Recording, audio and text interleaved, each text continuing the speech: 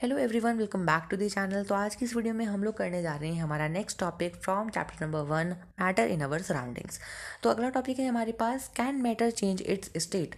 तो क्या बोला गया है कि क्या मैटर अपनी स्टेट चेंज कर सकता है, यानी कि सॉलिड को हम लिक्विड बना सकते हैं, लिक्विड को गैस बना सकते हैं क्या।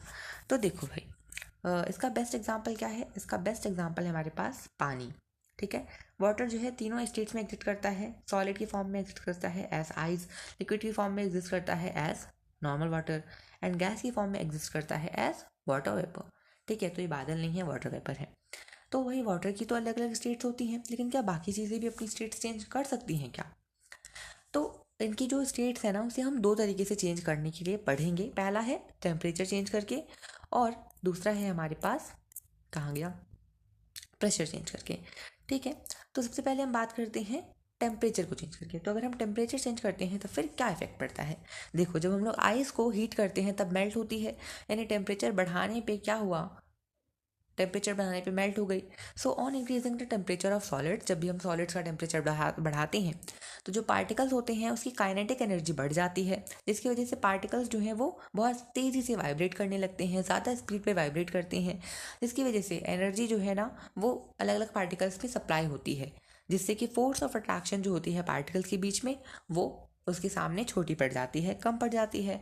पार्टिकल्स जो होते हैं अपनी फिक्स्ड पोजीशन को छोड़कर निकलने लगते हैं, फ्री होने लगते हैं, और एक ऐसी स्टेट आ जाती है जब सॉलिड जो है वो मेल्ट हो जाता है और कन्वर्ट हो जाता है लिक्विड में। तो ये इफेक्ट पड़ता है टेम्परेचर का, यानी टेम्परेचर बढ़ाएंगे तो एनर्जी बढ़ेगी, जिससे कि फोर्स ऑफ अट्रैक्शन कम हो जाएगी और पार्टिकल्स अपनी फिक्स पोजीशन को छोड़कर निकल जाएंगे, और जिससे क्या होगा, सॉलिड लिक्विड बन जाएगा। The minimum temperature at which a solid melts to become a liquid at the atmospheric pressure is called its melting point. तो मेल्टिंग पॉइंट क्या होता है, एक मिनिमम टेम्परेचर होता है जिसमें जो सॉलिड है वो मेल्ट होकर लिक्विड बन जाता है एट द एटमॉस्फेरिक प्रेशर। इसे क्या बोलते हैं, इसे हम लोग बोलते हैं मेल्टिंग पॉइंट। अब एटमॉस्फेरिक प्रेशर क्या होता है, तो एटमॉस्फेरिक प्रेशर बेसिकली नाम से पता लग सकता है। एटमॉस्फेरिक प्रेशर वो प्रेशर होता है जो एटमॉस्फेयर हमारे ऊपर लगाता है फ्रॉम द सी लेवल। ठीक है, सी लेवल से नापते हैं इसको। एंड ऑल्सो अगर हम लोग ज़्यादा हाइट पे जाएंगे तो लो हो जाएगा एटमॉस्फेरिक प्रेशर, कम हाइट पे रहेंगे तो कम रहेगा। अगला, melting point of ice is 273 degree Celsius में तो नहीं है, ये क्या है, तो ये है केल्विन।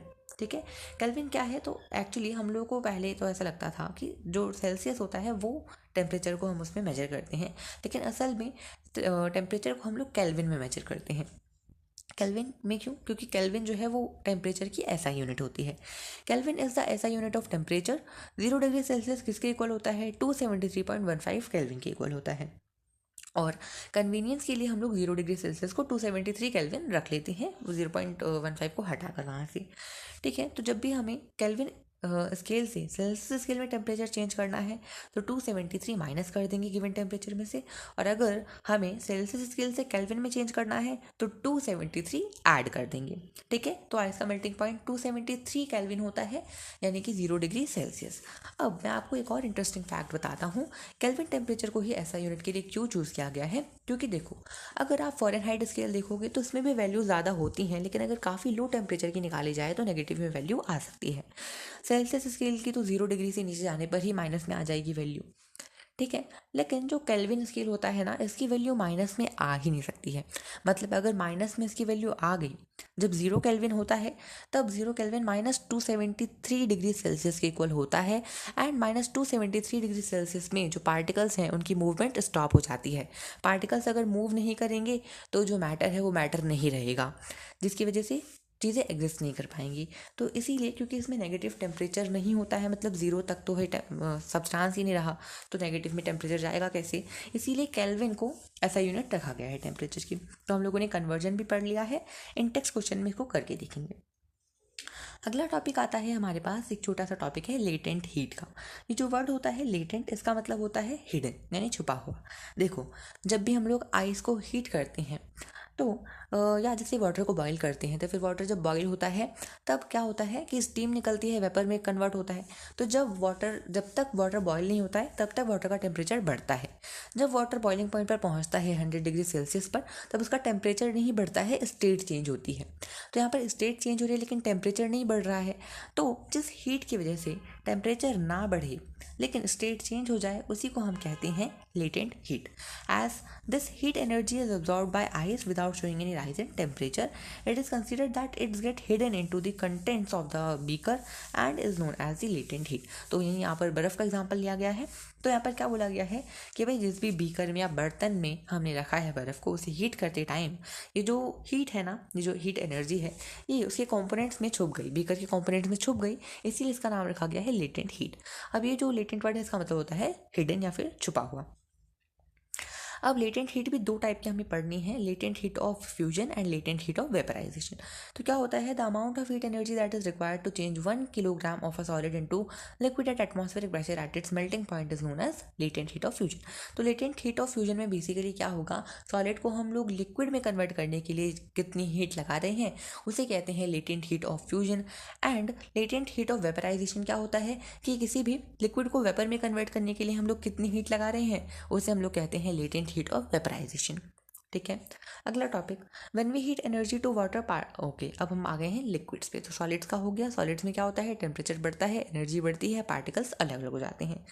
लिक्विड्स में क्या होता है, when we supply heat energy to water particles start moving even faster.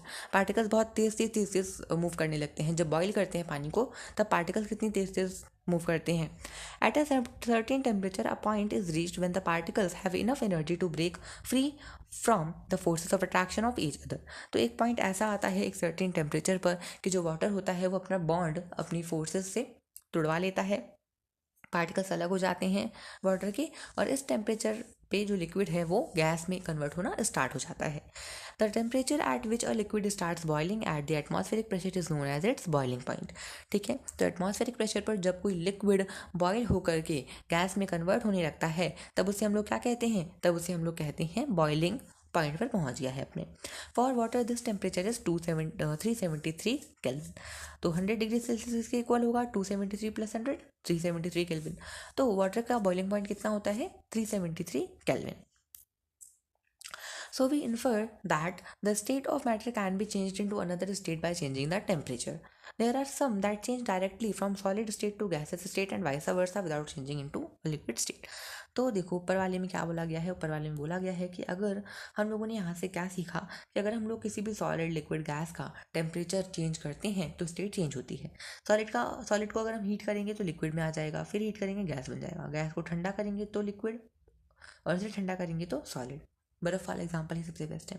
अब कुछ सब्सटेंसेस ऐसे भी होते हैं जो कि एक स्टेट को स्किप कर देते हैं। ठीक है, जो कि डायरेक्टली सॉलिड से गैस में कन्वर्ट हो जाते हैं या गैस से सॉलिड में कन्वर्ट हो जाते हैं। तो उस प्रोसेस को क्या कहते हैं, बेसिकली जब कोई सब्सटेंस सॉलिड से डायरेक्ट गैस में कन्वर्ट होता है तब उसे कहते हैं सब्लिमेशन, और जब कोई सब्सटेंस गैस से सीधा सॉलिड में कन्वर्ट होता है तब उसे कहते हैं हम लोग आई थिंक डिकम्पोजिशन। ओके, तो आगे मैंने फ़ोटो लगाई है, आगे हम देखेंगे, ये रहा। हाँ, तो देखो जब कोई सब्सटेंस सॉलिड से गैस में कन्वर्ट होता है तब सब्लिमेशन, गैस से सॉलिड में होता है तब डिपोजिशन, लिक्विड से गैस में तो वेपराइजेशन, गैस से लिक्विड में कंडेंसेशन, और सॉलिड से लिक्विड में फ्यूजन, या आप इसको मेल्टिंग भी बोल सकते हो, एंड लिक्विड से सॉलिड में सॉलिडिफिकेशन। ठीक है, ये आप याद कर लेना, इंपॉर्टेंट है बहुत।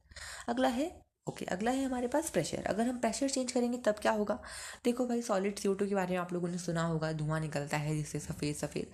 तो जब भी हम लोग प्रेशर अप्लाई करते हैं किसी भी चीज़ पर, और उसका देखो जब किसी गैस के ऊपर हम प्रेशर लगाते हैं, टेम्परेचर कम करते हैं तो उस गैस की स्टेट चेंज हो जाती है और वो गैस लिक्विड हो जाती है।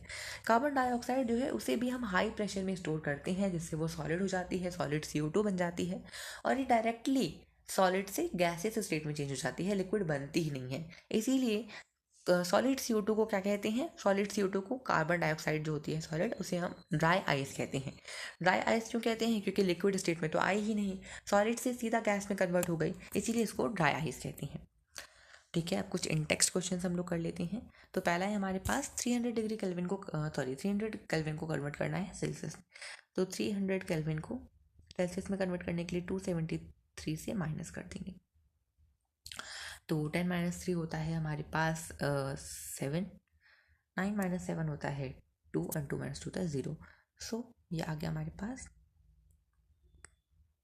27 डिग्री सेल्सियस। ठीक है, अगला है 573। तो 573 माइनस 273, 0 0 3। ओके, सो आ गया 300 डिग्री सेल्सियस। ठीक है, अगले क्वेश्चन में हमें कन्वर्ट करना है केल्विन स्केल से सेल्सियस स्केल में। सो 250 है, इसमें हम लोग 273 ऐड कर देंगे। 3 5 + 7 कितना होता है? अरे सो सॉरी, इसको भी ठीक से लिख देते हैं, पूरा ठीक से लिखते हैं। चलो, तो हमारे पास है 250 प्लस हमें कितना ऐड करना है इसमें? 273 ऐड करना है। तो ये बन जाएगा 3 5 + 7 इज 8 9 10 11 12, 2 1 कैरी 4 5 523 केल्विन आ जाएगा आंसर। तो ये है 523 केल्विन। नेक्स्ट है 100। तो ये तो पता ही हम लोग को 373 केल्विन। ठीक है, आगे बढ़ते हैं। For any substance why does the temperature remain constant during the change of state? तो इसका आंसर है लेटेंट हीट। ठीक है, यहाँ पर यही बोला है कि जब स्टेट चेंज होती है तो फिर टेम्परेचर क्यों नहीं चेंज होता है। तो इसका सीधा सीधा आंसर है लेटेंट हीट की वजह से, क्योंकि जो हीट होती है लेटेंट हीट वो छुप जाती है, गायब हो जाती है उस सब्सटेंस के अंदर, जिससे टेम्परेचर नहीं बढ़ता है बट स्टेट चेंज होती है। एंड जो लेटेंट हीट है ना, इसके बारे में आप लोग अगर 11th क्लास में साइंस लोगे तो आप इसके बारे में फिजिक्स में भी पढ़ोगे। ओके, इसके बारे में फिजिक्स में भी है लेटेंट हीट, एंड इसी के साथ स्पेसिफिक हीट के बारे में भी है। तो ये दो टाइप की हीट होती हैं, जिसमें से एक तो आपने पढ़ी ली। अगला आता है suggest a method to liquefy atmospheric gases. तो क्या करना है? प्रेशर बढ़ा देना है एटमॉस्फेरिक गैसेस के ऊपर और टेम्परेचर आपको घटा देना है। आपकी जो गैस है वो लिक्विफाई हो जाएगी। ठीक है, टेम्परेचर घटाना है और प्रेशर बढ़ाना है। ठीक है, तो अब हम लोग, हमारा नेक्स्ट टॉपिक है एवेपोरेशन, जैसे हम लोग करेंगे हमारी नेक्स्ट वीडियो में। तो मिलते हैं नेक्स्ट वीडियो।